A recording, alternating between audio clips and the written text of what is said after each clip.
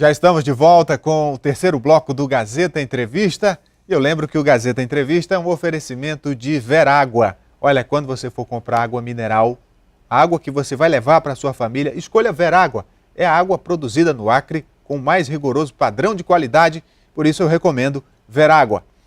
Neste terceiro bloco eu converso com o doutor Júnior Santiago, médico especialista em otorrinolaringologia. E ele vem nos falar sobre o Programa de Saúde Auditiva, lançado no início deste ano pelo governo do estado, que tem a finalidade de atender pacientes que sofrem com problemas de audição, inclusive oferecendo gratuitamente os aparelhos para melhorar a audição.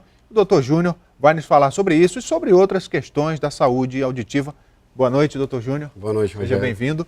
Muito obrigado. Então, esse programa foi lançado no começo do ano, eu lembro muito bem, e com a expectativa por parte daquelas pessoas que têm problemas de audição e que não têm condições financeiras de fazer um tratamento particular. E 4 meses, 5 meses depois desse lançamento, como é que está o programa? Muitas pessoas já foram atendidas, certamente, e o balanço que a gente tem dessa iniciativa da área de saúde do governo? Isso, Rogério. Esse programa, juntamente do governador Tião Viana, com a parceria com a presidenta Dilma, nós iniciamos os trabalhos aí no final de janeiro, né? Estamos aí há mais ou menos 5 meses em andamento. Já atendemos uma média aí de 550 pacientes, com 440, 450 já protetizados, já usando aparelho de audição. E é um tratamento relativamente caro, né? Porque tem que adquirir o equipamento, é um equipamento delicado, produzido com alta tecnologia. E como é que se dá o implante, né? O diagnóstico, o tratamento, até a verificação da necessidade do aparelho? Primeiramente, o paciente chega para a gente, até meio com receio e com vergonha, ele disse: doutor, eu escuto, porém não entendo. Tá? Então ele escuta a voz, mas não capta o que está passando para ele. Tá? E isso causa um problema de dissocialização. Né? Então isso a gente tem que trazer o paciente de volta para a sociedade, porque ele acaba se excluindo. Então ele não escuta, tá? E aí ele começa a se afastar. Isso é um problema não só é um problema de saúde pública. Então visa muito o paciente acima de 65 anos. A OMS preconiza que 30 a 35% desses pacientes com 65 anos têm problema de hipoacusia, que é a diminuição da audição.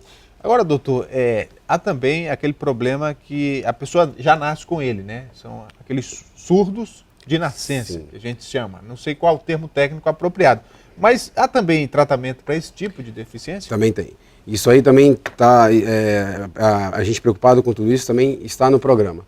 Então, está sendo montado nas maternidades, tá? O teste da orelhinha. Então, 24 horas após, vai ser feito o teste da orelhinha. Ainda não está sendo feito, mas já está sendo providenciado para o teste da orelhinha, que já é para a gente captar o paciente que nasce anacúsico, né, que não escuta nada, ou que nasce com hipoacusia, e a gente vai começando a drenar, né, até mesmo a chegar a um implante coclear. Quer dizer, se o diagnóstico for feito ainda na infância, evita, por exemplo, que a criança tenha problemas na escola, com o aprendizado, com aprender a falar, inclusive, né? Com certeza. Né? A gente fala o que escuta. Tá? Então, o paciente só fala porque escutou. Então, é muito importante a gente diagnosticar na infância, né? Logo no nascimento, porque a gente dá um pouquinho de audição para ele para ter um pouquinho de voz, e aí, se realmente necessitar, nós no estado vamos fazer futuramente, um futuro próximo, um implante coclear. Agora, para quem está vendo o programa hoje, por exemplo, e tem problema de audição, quer ser atendido nesse programa do governo, qual o primeiro passo que a pessoa deve ter? Primeiro passo é você procurar um posto de saúde. Tá? O posto de saúde vai encaminhar para o sistema de regulação, e o sistema de regulação encaminha para o programa de saúde auditiva. Eu quero deixar bem claro, tem aparelho para todo mundo. Tá? Então, se você tem algum problema de audição, por favor, procure o posto de saúde. Nós estamos aí dispostos a atendê-los e, com certeza, doaremos o aparelho de audição. O importante também, Rogério, é que não é só doar o aparelho. Tá? O acompanhamento do aparelho é muito mais importante do que você adaptar. A manutenção? A manutenção em si, porque você coloca o aparelho, ele começa a dar um zumbido, um chiado, e o paciente às vezes, isso está incomodando e deixa de lado. Não, não é para deixar de lado. Volta conosco, a fonoaudióloga vai olhar e vai saber qual é o problema que está causando, que mexe um pouquinho, ele vai se adaptando e vai colocando. Esses aparelhos, pra você ter ideia, que você falou em valor logo no início, é de uma marca muito boa. Tem aparelhos que nós estamos colocando que custa para a gente, a preço de custo, R$6.000 cada aparelho. Nem todo mundo tem essa quantia. Agora, doutor, falando um pouco mais sobre a saúde auditiva, né, do ponto de vista mais amplo, a prevenção, porque a gente observa, principalmente entre as pessoas mais jovens, o uso exagerado do volume do som, seja no fone de ouvido, dentro do carro, às vezes numa festa, um lugar público, como uma boate, uma casa de shows. Como é que o senhor vê essa situação? Isso daí, esse uso demasiado do som, né, é um problema de uma perda de audição induzida pelo ruído. Esses fones de ouvido, os aparelhos, a gente não pode ultrapassar 80% do volume total dele. Tá? Muito paciente, como você falou, os adolescentes estão usando muito fone de ouvido, a gente vê no meio da rua, né? A gente mesmo que não usa fica incomodado com o barulho, né, de quem está usando. Fone, de quem tá usando. O fone de ouvido, em tese, é para minimizar o barulho e não incomodar quem está perto. E não incomodar. Mas, a audição, uma vez perdida, não volta mais. Tá? Perdeu a audição, perdeu, não volta, não tem cirurgia para voltar a audição. Então tem que ter muito cuidado com esses aparelhos de audição. No máximo, recuperar a parte dela com esse tratamento, por exemplo.